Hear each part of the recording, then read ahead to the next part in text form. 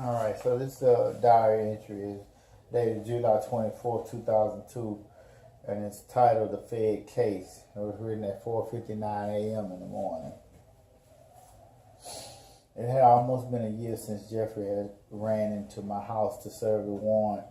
I'd been to court in the state 19 times since I had received a federal indictment. I'd been in federal court 4 times. The U.S. attorney kept changing the charges and filing continuances, and on top of that, we still hadn't received the evidence. The club was suffering because I had only put on 5 profitable shows since the New Year's bash compared to last year's 26 shows at the same time. Debt was building and attendance was falling off at phase 1. We depended on big shows to make our money, but that took my full attention along with a lot of networking. I wanted to bail the club out, but if I did use the buy money, it would be suspicious. I did what I could to keep things rolling. Mom and I sat down and talked about everything that was going on. It was killing me to be hurting her like this.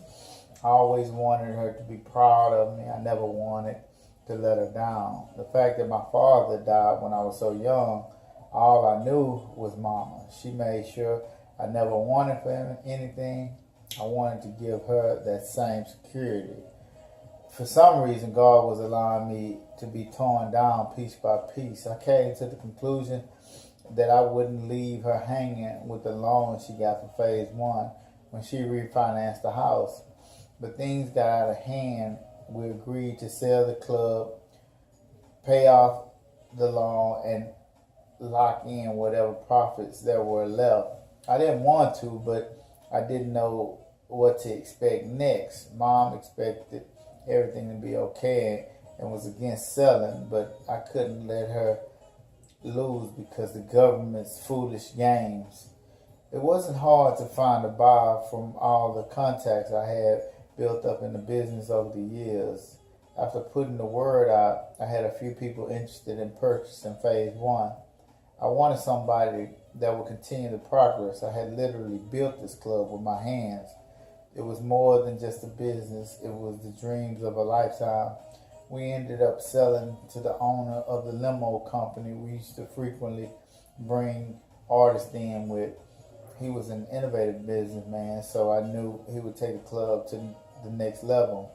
Mom and I hated to let it go, but the profits from the sales was nice and the debts were also settled.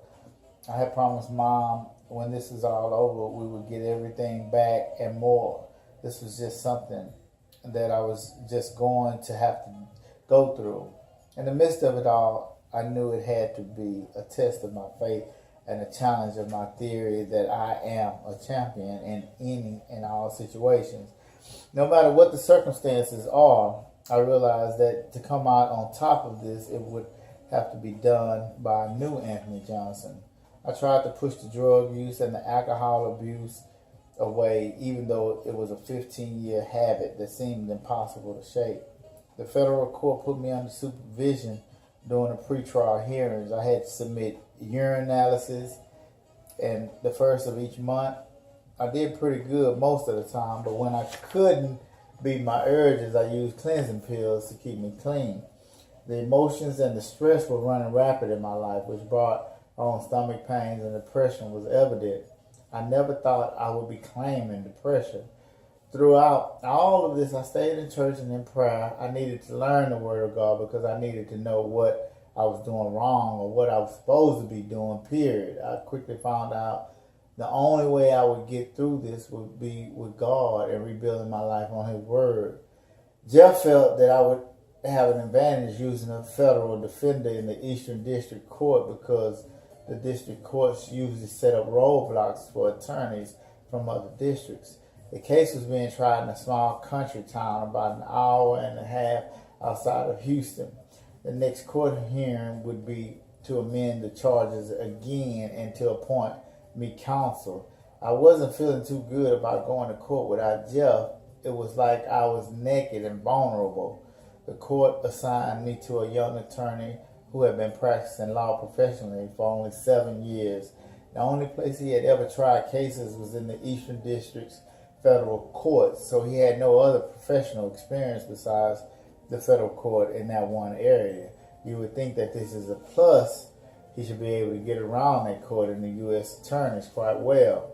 We received the evidence shortly after that. My new attorney and I met to discuss the evidence. I thought the discovery for the state's case was huge. This discovery file had to be carried in a box. There was videos, audios, and hundreds of pages of records and testimonies. I was anxious to see what all this could possibly have to do with me. They had people that I'd never met in my life making statements about me selling them work or drugs over several years' time. It was like they went to the county jail and asked if anybody knew me, they could get some time knocked off just to testify. That was nothing. What I really wanted to know was why Reagan's name came up in the indictment. There was 6 files alleging 6 different things. Reagan had his own file. The first 15 pages was pictures of the car that he took from the shop. They must have taken 50 different angles. There were pictures of trash bags full of weed. Then there were photocopies of the registration and insurance in my name. Next, the details of the shop. One of the more interesting points was the reason he was pulled over. The arresting officer stated that he observed Reagan making an illegal lane change. I was figuring at that point this must be a universal cop excuse of pulling over people on I-10. This file got worse. Reagan had made a statement. There was also video in the statement and 2 tap phone conversations. Before I started to read the statements, I noticed that the cassettes were labeled phone conversations, Reagan/Anthony. I went on to read the statements while my new attorney went to find a tape recorder so we could listen to the tapes. Reagan started off by denying he ever knew there was marijuana in the trunk. He stuck to that story for the first couple of pages. The interviewing officer gave him the routine threats like, with all the marijuana you was caught with, you're not going to get a bond, you're going to do a lot of time, and then the infamous help me so I can help you bit. And Reagan went for it. His story was that his boss offered him to make some extra money because his business was slow. All he had to do was drive the car to Mississippi and drop it off, then ride the bus back home. The officer that was conducting the interview didn't go for that because Reagan maintained that he didn't know the marijuana was in the trunk. After playing games with the officer for about an hour, Reagan decided to tell him that he knew it was marijuana in the car, but he only thought it was 5 or 10 pounds. The officer then threatened him with the fact that he was not going to be able to help him if he didn't come clean. At this point, Reagan changed his whole story around and said that I told him I would pay him $100 to take the car to Mississippi. When he arrived that morning, there was a white boy waiting at the office to give him the keys to the car and $30 for gas. He said the white dude named Charles put the weed in the car after leaving. That's when he got pulled over. Nothing surprised me anymore because some of the most off-the-wall stuff had been happening to me for the longest. The written statement had a video to go with it. Reagan was rubbing the palm of one of his hands with the backside of the other the whole time the tape was rolling. We had a tape player and we were listening to the tape. From the way the conversation on the video was going, I knew what was on the tape. The officer interviewing Reagan asked if he could call me and get me to talk about the marijuana. Reagan tried to avoid it, but with a little pressure, he agreed.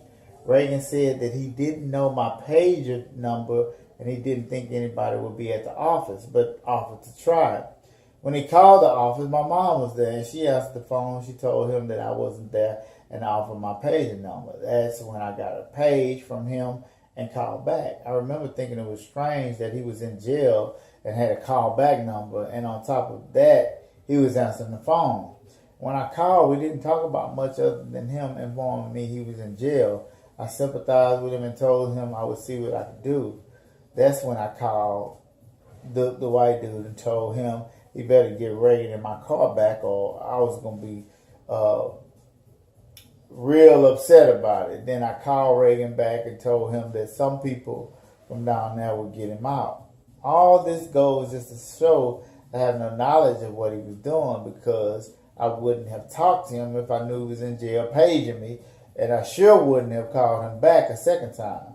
The cassette tapes of the conversation just prove the fact that he agreed to let them record the phone conversations. I was starting to feel like nobody is safe with the way law enforcement agencies operate. I was starting to believe that Ronnie would be doing what Jeff told me. The video revealed that the motivation for Reagan making the call was in exchange for being allowed to smoke a cigarette. This was another one that I took care of, looked out for, kept money in his pocket, and he was willing to tell these people these things and call me while being recorded for a cigarette. Is this the way American justice is supposed to operate? That was a lot more to Reagan's story, but we had to move on to get an overview of what we were looking at.